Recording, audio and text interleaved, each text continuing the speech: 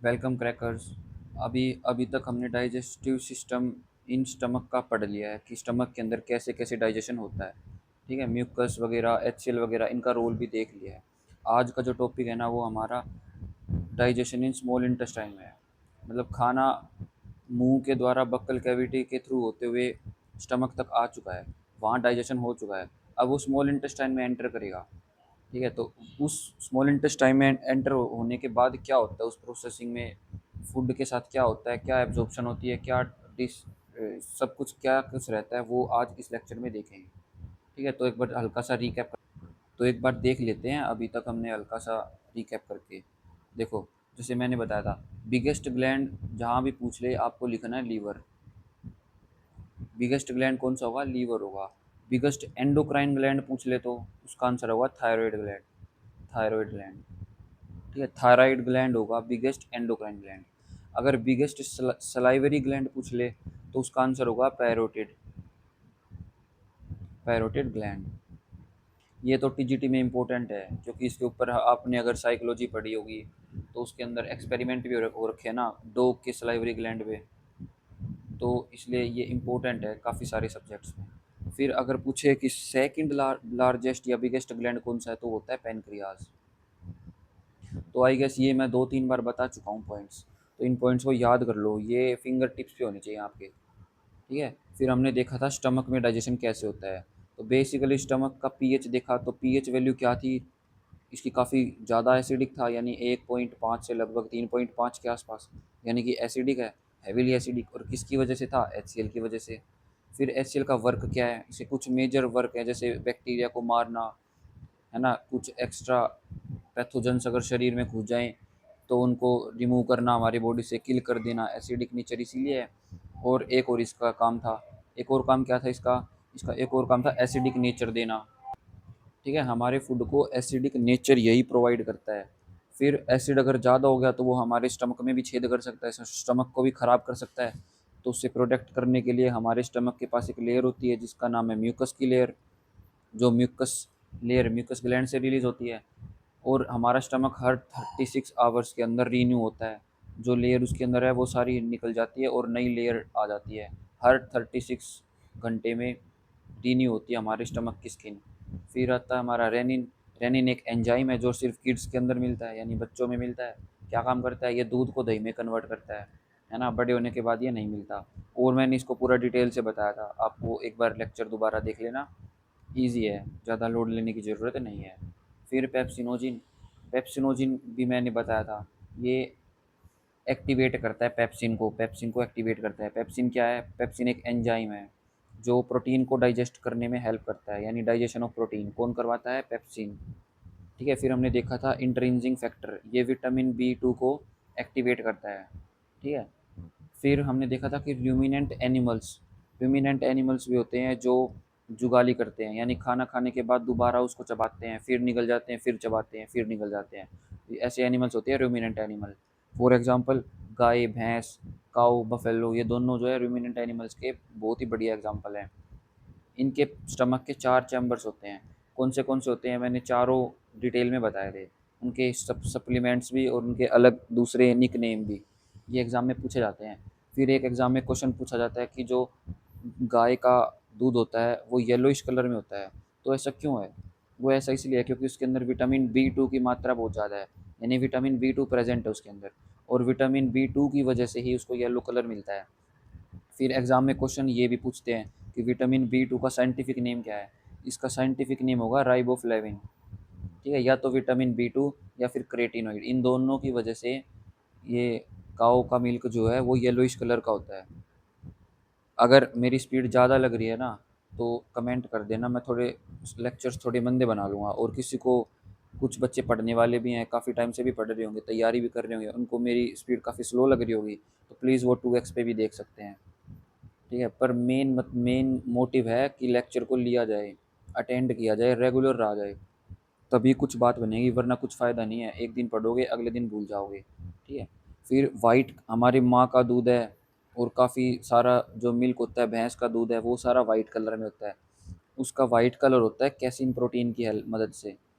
Casein protein colour देता है white. और विटामिन B2 या फिर राइबोफ्लेविन या कैरोटीनॉइड ये कलर देता है येलोइश। ठीक है, तो आई गेस इतना आपको समझ में आ गया होगा। हल्की फुल्की भी डाउट है ना तो कमेंट किया करो भाई। ठीक है, ये दोनों के लिए है, लड़का हो या लड़की, मेरे लिए तो दोनों बराबर हैं, स्टूडेंट हो तुम लोग, तो इतना किया करो। ठीक है, अभी हम आगे चलेंगे। आज जो है ना, आज का हमारा टॉपिक रहेगा स्मॉल इंटेस्टाइन। Small intestine. अब देखो, हमने स्टार्ट किया था माउथ से। जैसे हमने खाना खाया तो माउथ के थ्रू ही हम एंट्री लेते हैं खाने की। फिर माउथ के बाद वो बक्कल कैविटी में आया, बक्कल कैविटी। ठीक है, अब बक्कल कैविटी के 3 पार्ट थे हमने देखे थे, एक टीथ, एक टंग, और इसके बाद क्या होता है, ईसोफेगस। ठीक है, फिर खाना बक्कल कैविटी के थ्रू ईसोफेगस में आता है ना, ईसोफेगस में आता है। तो हमने बक्कल कैविटी में क्या देखा था, टीथ, टंग, और एक को क्या देखा था, सलाइवरी ग्लैंड या सलाइवा, है ना। ये तीनों, इनकी डीप स्टडी भी की थी। फिर ईसोफेगस में आएगा खाना। ईसोफेगस के अंदर कोई एंजाइम नहीं होता, और इसके अंदर जो खाने का मोशन होता है वो होता है पैरास्टेलिसिस मूवमेंट। पैरास्टेलिसिस मूवमेंट शो करता है फूड इसके अंदर। फिर इसके बाद स्टमक में आया था, ये अभी अभी मैंने रिपीट करा है। फिर इसके बाद फूड कहाँ जाएगा, स्मॉल इंटेस्टाइन में,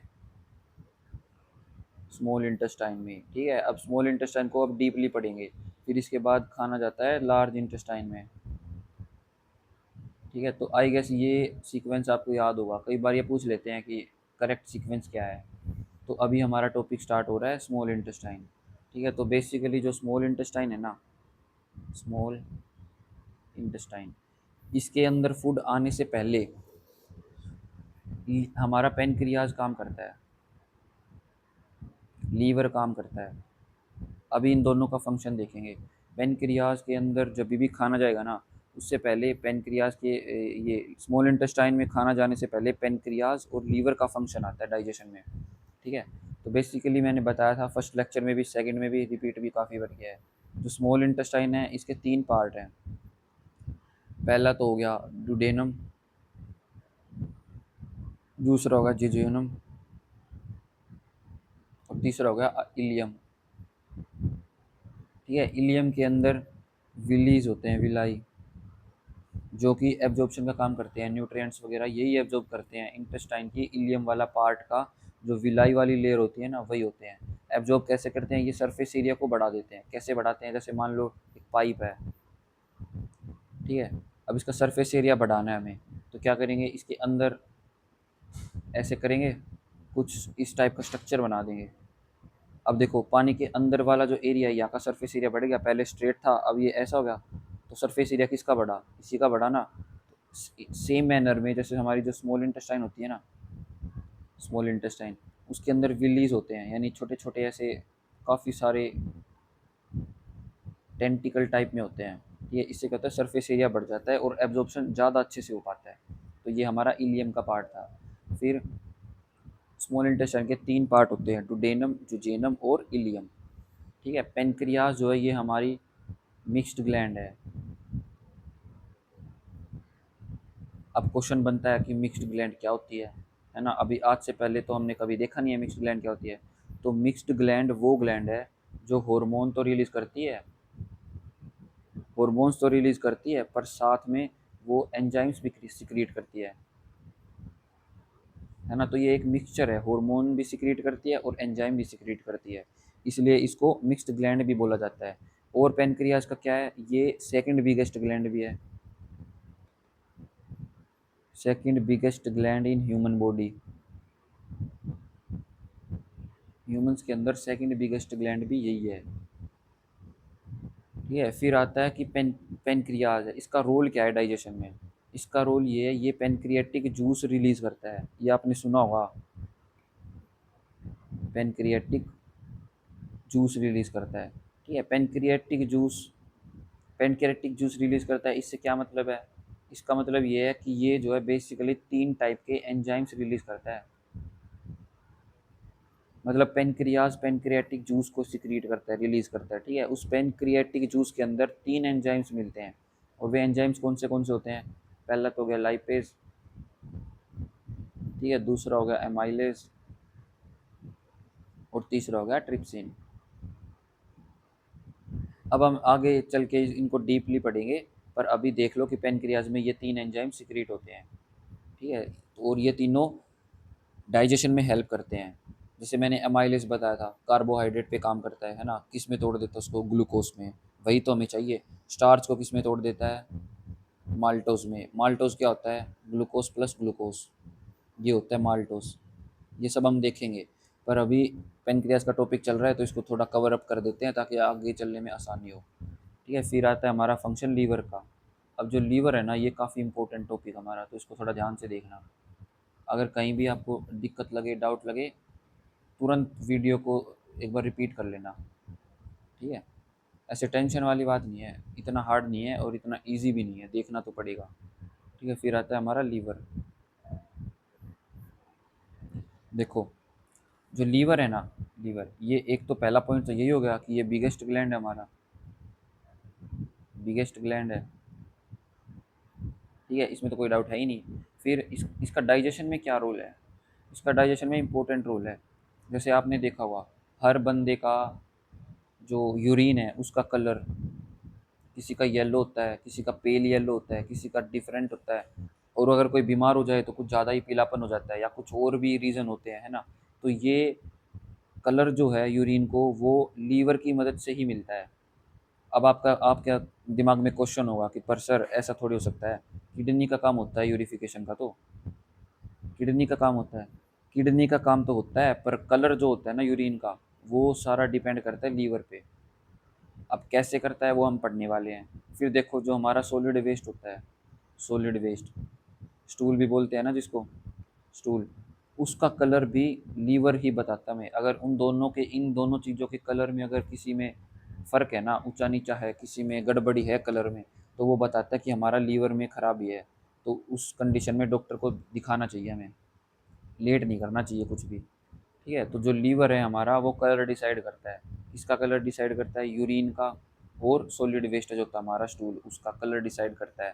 और भी काम करता है लीवर, अब उसको डिटेल में देखते हैं, ठीक है। तो ध्यान दो यहाँ पे।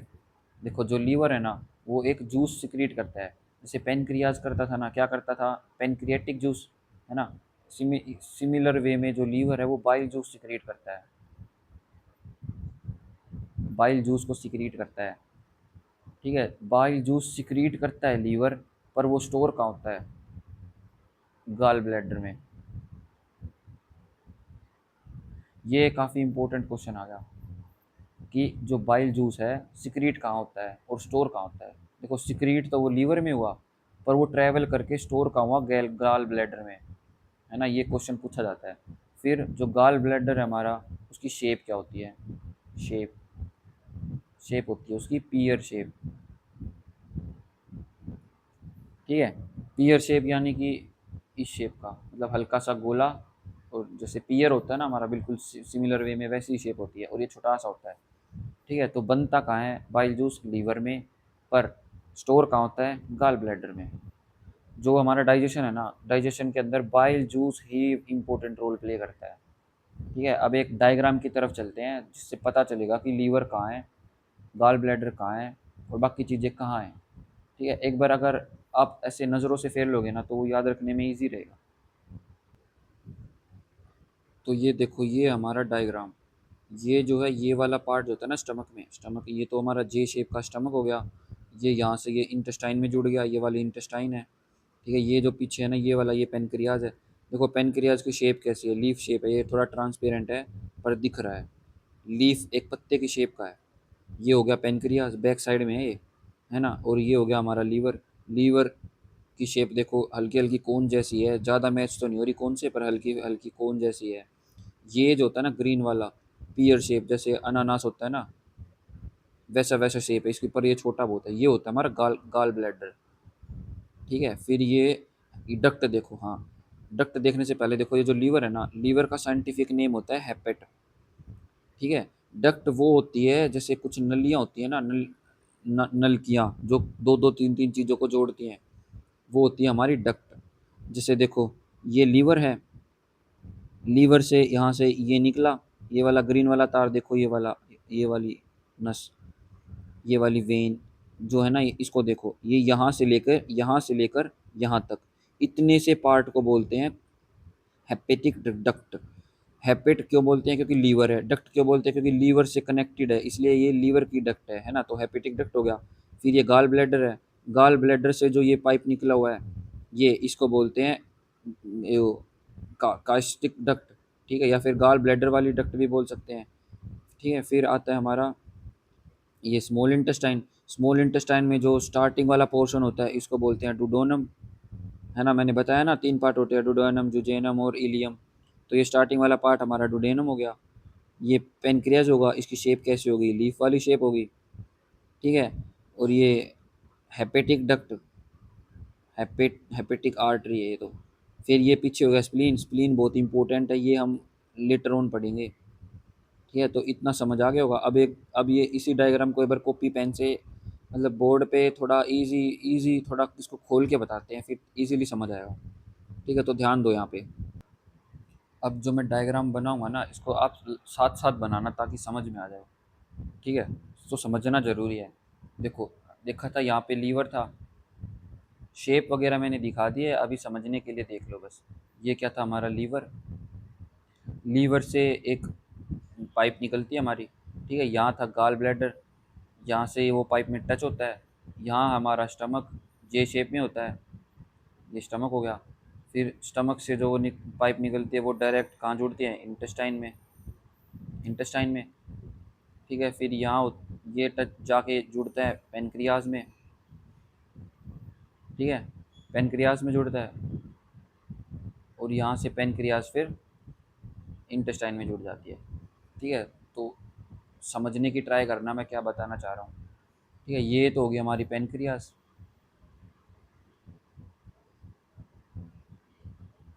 ठीक है। पेनक्रियाज से पेनक्रियाटिक जूस रिलीज होगा, और वो पेनक्रियाटिक जूस इसके थ्रू यहाँ जाएगा अंदर इंटेस्टाइन में, ठीक है। तो ये जो पार्ट हो गया ना, इसको बोलते हैं पेनक्रियाटिक डक्ट, पेनक्रियाटिक डक्ट। किसको बोलते हैं? जो पेनक्रियाज को इंटेस्टाइन से जोड़ा हुआ है, ये नली का है ना, इसी को बोलते हैं पेनक्रियाटिक डक्ट, ठीक है। ये इंपॉर्टेंट है, इसलिए इसलिए मैं ये इसको अलग से बना के बता रहा हूँ। ये पेनक्रियाज हो गया। फिर ये हो गया हमारा gall bladder.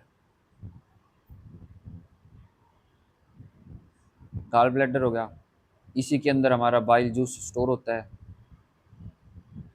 Bile juice storage कहाँ होती है? इसके अंदर। यहाँ पर बाइल जूस प्रिपेयर होता है, बाइल जूस यहीं पर तो प्रिपेयर होता है, फिर वो ट्रैवल करता है और गाल ब्लैडर में स्टोर हो जाता है, ठीक है।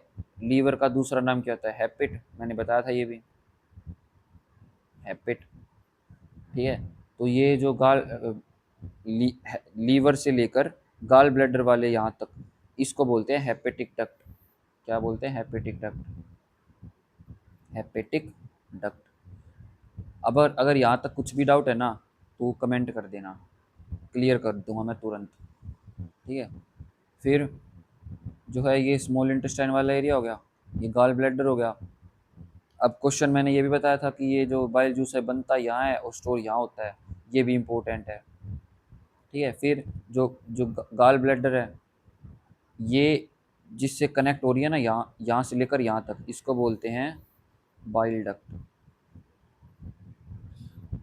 बाइल डक्ट, ठीक है। फिर ये जो यहाँ से जो है हमारा बाइल जूस सिक्रीट होता है, वो यहाँ के स्टोर हो जाता है। फिर वो यहाँ से ट्रैवल करके यहाँ आता है, यहाँ फिर इतने पोर्शन में यहाँ आने के बाद, यानी कि पॉइंट ए पे आने के बाद पेनक्रियाटिक जूस उसके अंदर मिक्स होता है। फिर वो सारा जो मिक्सचर बना, वो सारा डुडेनम के अंदर चला जाता है, स्मॉल इंटेस्टाइन में, ठीक है। तो इतने में अगर कुछ भी डाउट है तो पूछ लेना। फिर जो ये हैपिट था, इसके ऊपर थोड़ा देखते हैं एक बार। जैसे लीवर है, इसका साइंटिफिक नेम क्या होता है? हैपिट, हैपिट। अगर हैपिट इसका साइंटिफिक नेम है, तो इसकी स्टडी को क्या कहेंगे? स्टडी ऑफ लीवर, उसको बोलेंगे हैपिटोलॉजी, हैपिटोलॉजी। हैपिट आ गया तो डायरेक्ट समझ जाओ किससे रिलेटेड है, ये लीवर से रिलेटेड है हमारे, ठीक है। तो इसकी स्टडी को बोल देंगे हैपिटोलॉजी। ध्यान दो यहाँ पे, ठीक है, स्किप मत करो बार बार। फिर ये इंटरनल लार्जेस्ट ऑर्गन भी था, और लार्जेस्ट एक्सोक्राइन ग्लैंड भी है ये, largest exocrine, exocrine gland. Largest endocrine gland कौन सा था, वो था थायराइड ग्लैंड। और लार्जेस्ट एक्सोक्राइन ग्लैंड कौन सा है, वो है हमारा लीवर। अब कंफ्यूजन हो गया आपको, एक्सोक्राइन किसको बोल रहे हैं, एंडोक्राइन किसको बोल रहे हैं। तो अभी कंफ्यूज मत हो, एक एक चीज़ को डिटेल से बताऊंगा, ठीक है। तो इतना डाउटफुल मत रहो, सब कुछ करवाएंगे, टेंशन मत लो, ठीक है। अभी फोकस करते हैं हमारे बाइल जूस पे। देखा मैंने बताया था उतना, अगर इतने में कोई भी डाउट है तो कमेंट कर दीजिए, क्योंकि अब इम्पोर्टेंट टॉपिक शुरू होने जा रहा है, जिसका टॉपिक का टाइटल होगा बाइल जूस। तो अभी बाइल जूस का टॉपिक स्टार्ट है। बाइल जूस कहाँ से रिलीज होता है, पहला क्वेश्चन तो ये रिलीज कहाँ से होता है, वो होता है लीवर से। सेकंड क्वेश्चन, ये स्टोर कहाँ होता है, स्टोर होता है गाल ब्लैडर में। और गाल ब्लैडर तक जाने में कौन सी डक्ट का यूज़ हुआ, उसमें डक्ट का कौन सा यूज़ हुआ, उसमें डक्ट का यूज़ हुआ हेपेटिक डक्ट। देखो मैंने बताया था ना, जो लीवर से जो वो नलिका निकली हुई होती है उसका नाम हेपेटिक डक्ट था, तो वही है, ठीक है। फिर इसका पीएच कैसा होता है, ये वेरी इंपॉर्टेंट क्वेश्चन है, ये पीएच ऑफ बाइल जूस। अब देखो स्टमक के अंदर पीएच जो था वो कैसा था, एसिडिक था। एसिडिक मतलब पीएच उसका 1.3 से 3.5 तक था, है ना। अब वो इतना ज़्यादा एसिडिक था, अगर इतना एसिडिक इंटेस्टाइन में गया जहाँ पर म्यूकस की लेयर भी प्रेजेंट नहीं है, तो वो इंटेस्टाइन को डैमेज नहीं करेगा, करेगा ना, बेसिक सी बात है। वहाँ पे तो म्यूकस की प्रोटेक्शन भी नहीं है, स्टमक में तो म्यूकस की प्रोटेक्शन थी, इसलिए इसको अब बेसिक बनाना पड़ेगा। जो भी हमारा फूड है स्टोर स्टमक में, उसको बेसिक बनाना पड़ेगा। इसी चक्कर में जो ये था ना हमारा बाइल जूस, इसका पीएच 7.4 होता है, यानी कि ये बेसिक है, यानी कि ये एल्कलाइन है, एल्कलाइन नेचर का ये हो गया, ठीक है। अब बाइल जूस का फंक्शन क्या है, फंक्शन ये है, एक तो ये एसिडिक नेचर को डिक्रीज करता है, एसिडिक नेचर को कम कर देता है। जो भी खाना पेट से आ रहा है ना इंटेस्टाइन में, उसके एसिडिक नेचर को कम करने में हेल्प करता है। कौन करता है, बाइल जूस, जो लीवर से सिक्रेट होता है, गाल ब्लैडर में स्टोर होता है, ठीक है। दूसरा, ये डाइजेशन में भी हेल्प करता है, डाइजेशन में हेल्प करता है, कैसे करता है वो भी बताएंगे। पहले देखो, डाइजेशन में भी हेल्प करता है, एसिडिक नेचर को कम करता है, ठीक है। फिर ये एक एंजाइम नहीं है, एक क्वेश्चन है ना, वेरी इंपॉर्टेंट है, यहाँ पे इंपॉर्टेंट बेशक से लिख भी लो कि ये एक एंजाइम नहीं है, एंजाइम नहीं है, फिर भी डाइजेशन में हेल्प कर रहा है, ठीक है। मेजर डाइजेशन में हेल्प हमारे एंजाइम से करते हैं, पर बाइल जूस एक एंजाइम नहीं है, फिर भी ये डाइजेशन में हेल्प कर रहा है। क्यों कर रहा है, क्योंकि ये एंजाइम की तरह बिहेव कर रहा है, बस ये बिहेव करता है एंजाइम की तरह, ये खुद एंजाइम नहीं है, ठीक है। ये काम क्या करता है, ये फैट के ऊपर काम करता है, फैट को बर्न करता है, बर्न तो क्या करता है, फैट को डाइजेस्ट करता है और फैटी एसिड में चेंज कर देता है,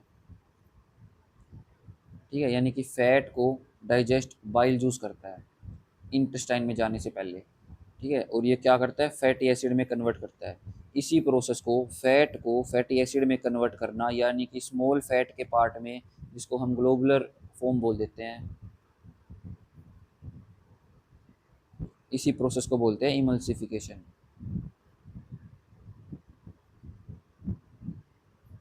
ठीक है। तो फैट को ग्लोबुलर फॉर्म में कन्वर्ट करना, उसको बोलते हैं इमल्सिफिकेशन। और हमारे इंटेस्टाइन में जाने से पहले इमल्सिफिकेशन कौन करता है, बाइल जूस करता है। कहाँ से निकलता है, लीवर से निकलता है। कहाँ को स्टोर होता है, गॉल ब्लैडर में स्टोर होता है। पीएच क्या है, 7.4 है, इसका मतलब क्या है, बेसिक है। अब बताओ स्टमक की पीएच कितनी थी, 1.5 से 3.5। स्टमक की एसिडिक थी या बेसिक थी, एसिडिक थी, एसिडिक थी ना। साथ साथ अगर बोलते रहोगे तो और भी ज़्यादा फ़ायदा रहेगा आपको। फिर ये करता क्या है बाइल जूस, ये एसिडिक नेचर को डिक्रीज़ कर देता है, डाइजेशन में हेल्प करता है। क्या डाइजेशन में हेल्प करता है, ये हमारे बेसिक मेजर तो ये फैट को तोड़कर ग्लोबुलर फॉर्म में कन्वर्ट कर देता है, यानी फैटी एसिड में बनाने से पहले ग्लोबुलर फॉर्म होती है ना, उसमें कन्वर्ट कर देता है। इसी प्रोसेस को बोलते हैं इमल्सिफिकेशन, ठीक है। और फिर बाइल जूस क्या है, एंजाइम है, नहीं है, ये सिर्फ एंजाइम की तरह बिहेव करता है, ये खुद कोई एंजाइम नहीं है, ठीक है। फिर एक क्वेश्चन आता है कि जो बाइल जूस है वो कौन से सेल, हमारी बॉडी की कौन से पार्ट बाइल जूस को बनाती है। तो हमारा बाइल जूस कफ़र सेल्स की वजह से बनता है, कफ़र सेल्स। अब ये फिर से इंपॉर्टेंट आ गया, ठीक है, ये इंपॉर्टेंट क्वेश्चन है। कौन सी सेल रिस्पॉन्सिबल है बाइल जूस को के क्रिएशन में, यानी कि क्रिएट करने में कौन सी सेल रिस्पॉन्सिबल है, तो कौन सी सेल आएगी? कफर सेल। ठीक है, कफर सेल काफ़ी इंपॉर्टेंट है। ये कहाँ मिलती है फिर? ये मिलती है लीवर में। एक और इम्पोर्टेंट क्वेश्चन कि लीवर के अंदर कौन सी सेल होती है? कफर सेल होती है। या फिर ऐसे पूछा जा सकता है कि कफर सेल कौन से ऑर्गन में मिलती है? तो लीवर में मिलती है। क्वेश्चन ऐसे भी आ सकता है कि कफर सेल जो है वो कौन से ग्लैंड में मिलती है? तो हमारे लीवर ग्लैंड में मिलती है। लीवर भी तो ग्लैंड ही है, तो इसलिए वो हमारे लीवर में मिलती है। फिर ये लीवर में मिलती है, फिर ये करती क्या है कफर सेल? कफर सेल कुछ तो करती होगी ना, तभी तो ये इम्पोर्टेंट है। टीजीटी के पॉइंट ऑफ व्यू से भी इम्पोर्टेंट है ये। तो कफर सेल हमारे आरबीसी को तोड़ने का काम करती है। आरबीसी का जब ब्रेक डाउन होता है ना, तो उसके अंदर हीमोग्लोबिन अलग हो जाता है। हीमोग्लोबिन, तो उस हीमोग्लोबिन को ब्रेक डाउन करती है। कौन करती है? कफर सेल करती है। हीमोग्लोबिन के ब्रेक डाउन में रिस्पॉन्सिबिलिटी कफर सेल होल्ड करती है। ठीक है, अब ये ब्रेक डाउन होता है ना, तब दो चीज़ों में टूटता है। एक तो बिलरुबिन, एक बिलरुदिन। किस किस में टूटता है हीमोग्लोबिन? बिलरुबिन और बिलरुदिन। ठीक है, इंपॉर्टेंट है ये। दो चीज़ों में टूटता है हमारा हीमोग्लोबिन। किस किस में टूटता है? एक बिलरुबिन, एक बिलरुदिन। ठीक है, बिलरुबिन और बिलरुदिन क्या होते हैं? देखो, तुमने कभी ब्लड टेस्ट कराया हो, उसके अंदर आपने लीवर टेस्टिंग कराई हो, तो लीवर टेस्टिंग में जब भी देखते हैं ना, आपने ब्लड टेस्ट कराया हो, उसके अंदर भी देख सकते हैं। जैसे आरबीसी काउंट होते हैं, हीमोग्लोबिन कितना है बॉडी में वो काउंट होते हैं। फिर बिलरुबिन की अमाउंट कितनी होती है, अगर ज़्यादा कम कितनी भी है, तो बिलरुबिन की अमाउंट ज़्यादा या कम है, तो वो भी हमारे लीवर की हेल्थ को बताता है। ठीक है, तो ये इंपॉर्टेंट पॉइंट्स है। अभी मैंने क्या बताया? बाइल जूस है, बाइल जूस लीवर में बनता है, गॉल ब्लैडर में स्टोर होता है। ठीक है, कफर सेल्स लीवर में ही प्रेजेंट होते हैं। फिर कफर सेल क्या करते हैं? जो आरबीसी के अंदर हीमोग्लोबिन है ना, उसको ब्रेक डाउन करते हैं, उसको तोड़ते हैं बिलरुबिन और बिलरुदिन में। तो अभी मुझे लगता है इतना काफ़ी होगा इस लेक्चर के लिए। कन्फ्यूज़न ना हो इसलिए यहीं तक करते हैं अभी आज। ठीक है, नेक्स्ट लेक्चर में हम इस टॉपिक को कंप्लीट कर देंगे, हमारे लीवर वाले टॉपिक को।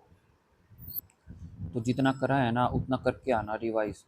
फिर जब ये लेक्चर्स पूरे हो जाएंगे ना, एक दिन वन वन शॉट रिवीजन करेंगे। वन शॉट रिवीजन करेंगे जिसके अंदर कंप्लीट डाइजेस्टिव सिस्टम होगा हमारा ह्यूमन बॉडी का। तो ह्यूमन डाइजेस्टिव सिस्टम है ना, कंप्लीट वन शॉट करेंगे। वन शॉट रिवीजन मतलब क्या है? एक ही वीडियो में पूरा का पूरा डाइजेस्टिव सिस्टम करेंगे हमारा। कुछ पॉइंट अगर रह भी गए होंगे ना, तो वो उस वीडियो में कवर हो जाएंगे। ठीक है, काफ़ी इंपॉर्टेंट पॉइंट्स अभी रहते हैं। अभी तो बेसिक बेसिक बताया है।